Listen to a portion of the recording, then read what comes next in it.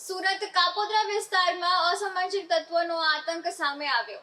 17 વર્ષીય કિશોર ઘરે જતો હતો તે દરમિયાન એક ઇસમે અધેધડ ચપ્પુનો ઘા કરી હત્યા કરી નાખતા સમગ્ર વિસ્તારમાં લોકોમાં રોષ ફાટી નીકળ્યો હતો। કાપોદ્રામાં મોડી રાત્રે બંબા ગેટ પાસે ઘરે જઈ રહેલા 17 વર્ષના કિશોર પાસે એક ઇસમે પૈસાની માંગણી કરી માથાકૂટ કરી હતી।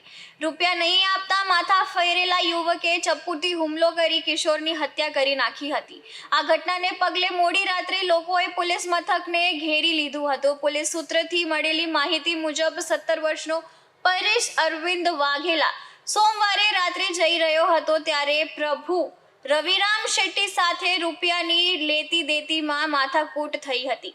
આ માથાકૂટમાં પ્રભુએ પરેશના પેટના ભાગે મારી દેતા તે લોહી લુહાણ થઈ ગયો હતો। આ ઘટના બનતા સ્થાનિક લોકો એકત્ર થઈ ગયા હતા અને પરેશને હોસ્પિટલે લઈ જવામાં આવ્યો હતો જ્યાં તેને મૃત જાહેર કર્યો હતો। આ ઘટનામાં અન્ય 2 યુવક પણ ઈજાગ્રસ્ત થયા હોવાનું જાણવા મળ્યું છે। નજીકની હોસ્પિટલમાં બંનેને સારવાર માટે લઈ જવામાં આવ્યા હતા। બીજી તરફ લોકોનું ટોળું કાપોદ્રા પોલીસ મથકે પહોંચ્યું હતું। પોલીસે હત્યારા પ્રભુ શેટ્ટીની ધરપકડ કરી હતી। શું નામ તમારું? ગીતાબેન। ગીતાબેન, શું ઘટના બની હતી?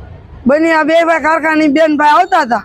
છોકરી આગળ વહી ગઈ ની થોડોક વાય રહી ગયો અને આમથી ઓલી મોટી શેરીમાં કોકને સરી મારીને આવ્યો અને આ છોકરો વસમાં આવ્યો ને એને પસાડીને મારવા માંડ્યા।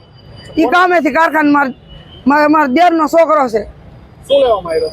એટલે ઈ આમથી બીજાથી ધમાલ કરીને આવ્યો ને દાઈમાં એને મારવા માંડ્યો સાહેબ। ઈ તો હાલ્યો તો કામે બેન ભાઈ હાલ્યા હતા કારખાન 8 વાગ્યા એને મારવા માંડ્યો અને અહીંયા 24 કલાક ઈ શેરીમાં બેહી રહે। બેનું દીકરીઓ નીરાય ના કોઈને ક્યાંય જવાય નહીં ને અહીંયા બેહી રહી અને કાઈ મારવાનું કઈ કારણ ખરું? શું લેવામાં? અરે છોકરો કોઈ બોલે સાહેબ તમે એને બોલાય હોય તો તમને રોવા મળે એવો છોકરો છે। શું માંગ છે તમારી? અમારી માંગ અમારા છોકરાને સજા દીધી ને અમારા છોકરાને ચૂને એવું જ થવું જોઈએ। કેટલી ઉંમર છે? શું નામ છે? એનું નામ છે પરેશ। ઉંમર કેટલી? એની 14। મારું નામ જાસોલિયા હિતેશ છે। ઘણા સમયથી કાયદો વ્યવસ્થા જે કથળી રહી છે, જ્યારે દારૂના ડ્રગ્સના અનેક કિસ્સાઓ મીડિયા સમક્ષ આવી રહ્યા છે, ત્યારે આ સ્લમ એરિયામાંથી જે આ બાળકો એટલે કે 2 ભાઈ બહેન કારખાનેથી આવતા હતા અને આ વિસ્તારની માહિતી મળવા મુજબ કે ભાઈ એ કારખાનેથી આવતા હતા તો તે દારૂ પી અને રોડ ઉપર ઊભો હતો અને આ બાળક પાસેથી કંઈક નજીવા પૈસા માગે છે, 20 રૂપિયા કે 50 રૂપિયાની માંગ કરે છે।